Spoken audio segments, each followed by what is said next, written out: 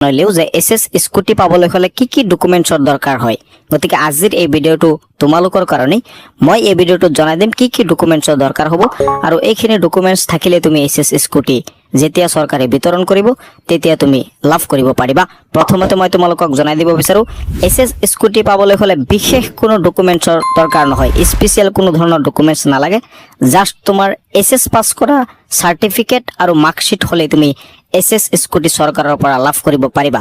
কিন্তু তোমাৰ আইডেন্টিটি প্ৰুফৰ কাৰণে এটা ডকুমেন্টছ লাগিব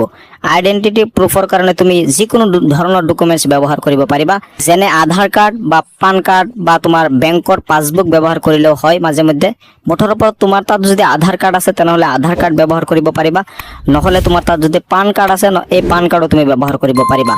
বা তোমাৰ তাত যদি দুয়োটাৰ এটাও নাই তেনেহলে তুমি এটা পান কাৰ্ড নহলে এটা আধাৰ কাৰ্ড অতি শীঘ্ৰে বনাই লোৱা কাৰণ আইডেন্টিটি প্ৰুফৰ কাৰণে এই দুটা ডকুমেন্টছৰ ভিতৰত যিকোনো এটা দৰকাৰ হয় আৰু বিশেষকৈ এসএছৰ মাৰ্কশিট আৰু এসএছৰ সাৰ্টিফিকেটৰ প্ৰয়োজন হ'বই এই দুটা নিশ্চয় তোমালোকে কালেক্ট কৰিছা তোমালোকৰ স্কুল বা কলেজৰ পৰা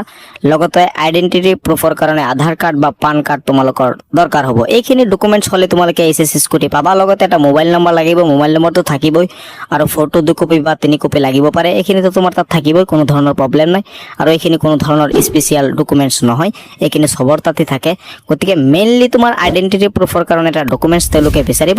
আৰু এসএছৰ অৰিজিনাল